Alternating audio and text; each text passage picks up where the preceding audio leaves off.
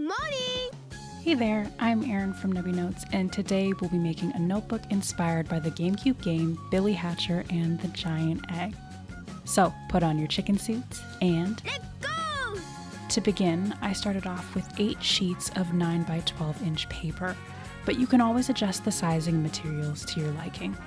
I separated the sheets into 2 stacks of 4 and then folded each stack in half.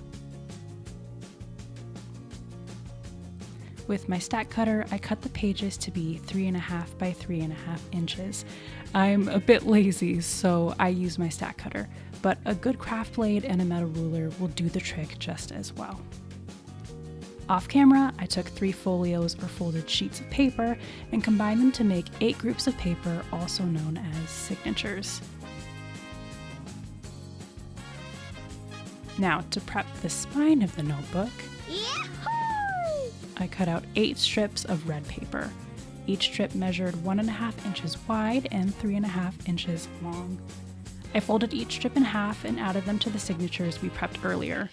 I'm self-taught, so there's probably a better way to do this, but this is how I've been doing it to add a pop of color to the spine of my notebooks.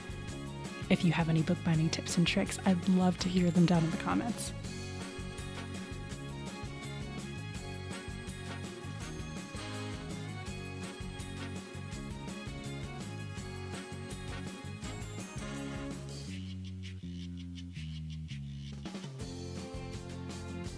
Next, I marked my bookbinding cradle and punched 4 holes into each signature. Since I love a good shortcut, I use my bookbinding cradle, but you can always stack, mark, and punch the binding holes without a cradle.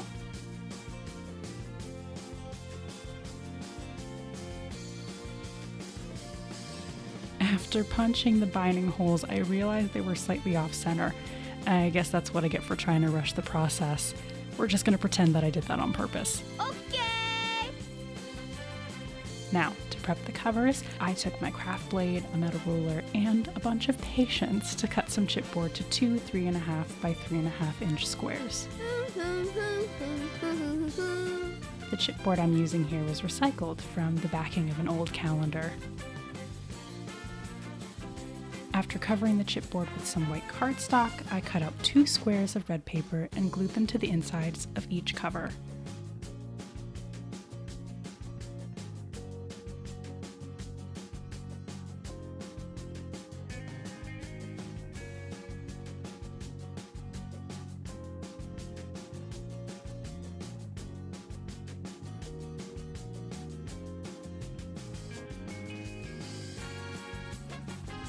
Off camera, I used some heavy books to press down the covers, and here's how they turned out. The last thing to do to prep the notebook is to punch 4 holes into the covers. And with that, it's bookbinding time. For the binding, I followed and slightly modified a tutorial made by Sea Lemon here on YouTube. I won't be going in depth about the binding, so if you're interested in knowing how I found this notebook, you should check out her video in the description box.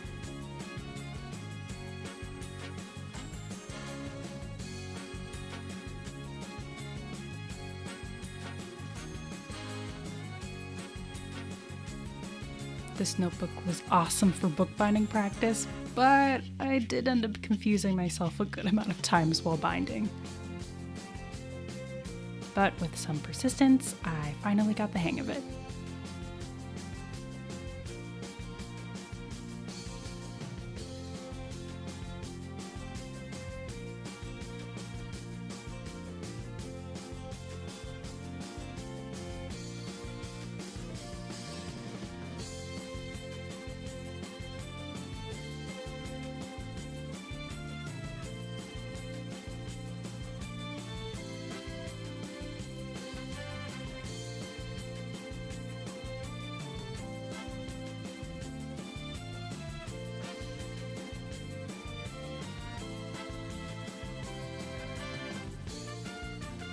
Thankfully, it turned out pretty cool in the end.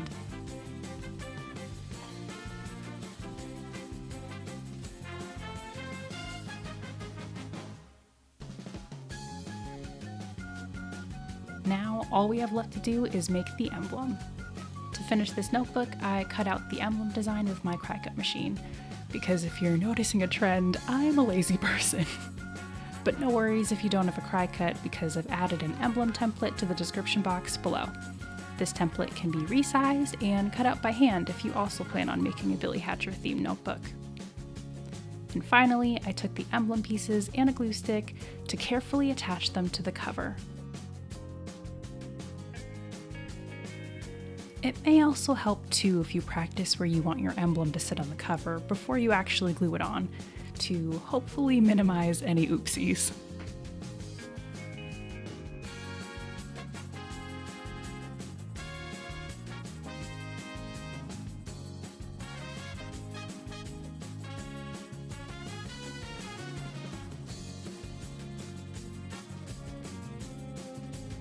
And with that, we're done with the notebook.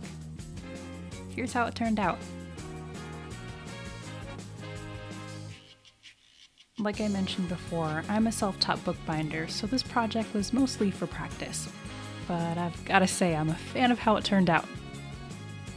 If you make your own Billy Hatcher themed notebook, I would really love to see them, so feel free to tag me on social media at NubbyNotes on Instagram and Twitter.